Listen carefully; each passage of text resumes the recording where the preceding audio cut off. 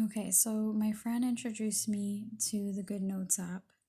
Um, I think that any of the versions should be fine. I'm not 100% which version I have, but it looks something like that, the icon. And then it did cost $7.99. So once you get out of there, you can go ahead and open the app. And so I have it here in my personals. And you can go ahead and see the different categories that you have. And you name it by pressing this plus sign button, and then you don't have to name it right away. If you don't name it right away, it will stay uncategorized until you name it whatever you want to name it. But when you open the folder, you can also add more folders by pressing the plus sign within that category. So in this case, I have 3 items. They're all PDFs. I can download Word documents and PowerPoints into this as well. I can go into my email and then also download documents into my into my Goodnotes app. So for example, um, instead of sending stuff to my email, which I usually do, I can also airdrop them into my iPad if you know how to do that. But if not, I usually just send PDFs and PowerPoints to myself in an email, and then I kind of carry it the same process as I would this way as well. If I looked up a random document or PDF just in general on a website for free, the one I like to use is speechtherapy.com. She has a lot of free downloads. And so for my quick speech stuff, I can go ahead and download anything. So I could do P in the final word position. I'm going to go ahead and open that page up. And when I open that page up, the PDF opens up.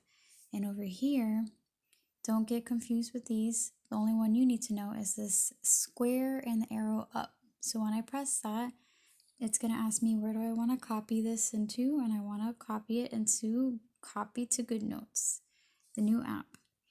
Then I would choose the file. It will tell me pick a category. I will choose the file or folder I want it to go into. And right now it's telling me it will automatically go to import and uncategorized, but I don't want that option, or maybe I do. So I just open the option I want, and then it will go there. And then when you open it up, you will see these icons at the top. You have a marker,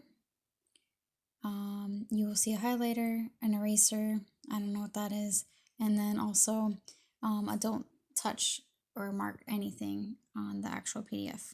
I like this option because this gives the kids time to wait upon your direction, and I like to also kind of not show them how to use this because then the kids can kind of get distracted. But if they are a little better in staying focused, then you can show them kind of how to edit this. And once they say this sound or the sounds that you choose or they choose, maybe 3 times, maybe you could do something where, okay, now you're allowed to highlight. And so you would highlight by pressing that one. You could choose what color you want to highlight it. And then they've had a motivation and they're coloring all at the same time. And then you can go ahead and lock it again. Okay, I want us to do 4 more. And then you would go ahead and use this pencil, pick 4 more with them or of your choice. And then again, highlight after they've said it so many times, create your own sentences, or download another PDF from that page that allows you to go back and forth from the words at the top to the actual sentences and inserting it. And then just to show you another option, when you download PowerPoints, let's say for my grad class, I have to download PowerPoints all the time, and sometimes I don't have the opportunity to print. I will download it, and I could see how many pages by pressing this 4 squares, and there are 63 pages in this PowerPoint. So if I want to write on it, I would do the same exact things and pressing the written crayon marker, highlighting as needed, and then erasing if I didn't like that. I could press the back button over there, and then I can also exit out of these at any time, and it will save the last version. I'm allowed to erase this at any time too. If I forgot to do it one day, I could do it the next. And so that's the cool part of that. And then if I wanted to duplicate a document for some reason, which sometimes I do, charts and stuff, I can press edit and then select the document that I wanted duplicated, and then I'll press duplicate over here, boop, and then it duplicates, and the last thing I edit is the last thing that gets moved over here. Every time I open stuff and edit stuff, it keeps moving. I can put something in the trash, so I'm going to select putting this in the trash, and I don't want this one in the trash, so I'm going to go ahead and put into the trash by pressing trash.